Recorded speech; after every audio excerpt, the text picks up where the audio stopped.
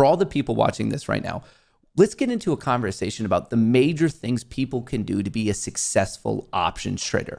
Obviously, there's a whole host of resources out there. And for folks, anyone listening right now, David does have his own podcast where he gets into like the nitty gritty detail. I'll make sure it's linked in the description of the video if you want to find all of his work and how to connect with him.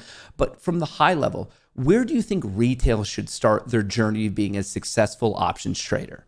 I think what's important, first of all, is kind of the mindset and the expectations. Because you just mentioned, for instance, if you heard about options from the stores of retail, the zero DT lottos, that's going to set you up to like basically fail, right? Because you're going to be, searching for that big win, or you think you're going to, 10x your money. So first of all, education, there are, Tasty Trade, Option Alpha. Those are two kind of resources. I think basically finding something that you can get the basics. Like Option Alpha, for instance, has literally they call it tracks, beginner tracks, intermediate tracks. These are videos that are free. Get the foundational knowledge. But after that, I would say, regardless of kind of the level that you think you're at, fund a small account and just try different things.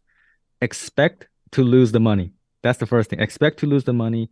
Your goal is to learn, right? Because by doing, you can kind of watch the positions change. Even watching a loser is experience, right? You can see what causes options to do what, because there's a lot of moving parts. That's one of the big differences when you're trading stocks or futures. These are called Delta One products, which means they move linearly, right? You make money when it goes up, you lose money when it goes down. But options have a lot of dimensions, time, volatility, the movement of the underlying, which also feeds into the volatility. So they're all kind of interrelated.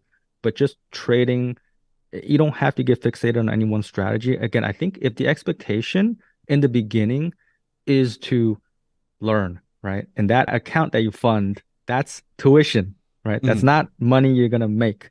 I think that will set you up to at least have a chance of succeeding because you'll be on the right path.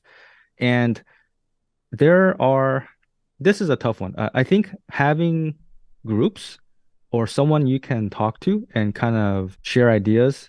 For instance, I mentioned, you go on Facebook, there's two, if you just search Tasty Trade options, you're probably going to find a couple larger groups. These are a good kind of beginning tool to at least get exposed to other people.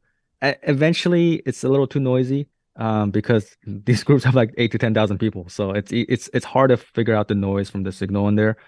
But eventually there are smaller groups. Again, this is a little tough because I know there's so many scammers out there and like just things you'll pay for that it's just a waste of money. But I think being able to find a group of people kind of you can relate to, like-minded people that are trying the same thing, maybe at the same level. So, it's a good accountability thing because you can have people that kind of keep you honest, or you can talk about when things are going bad. I think that's an important factor of kind of helping you stay on the right path.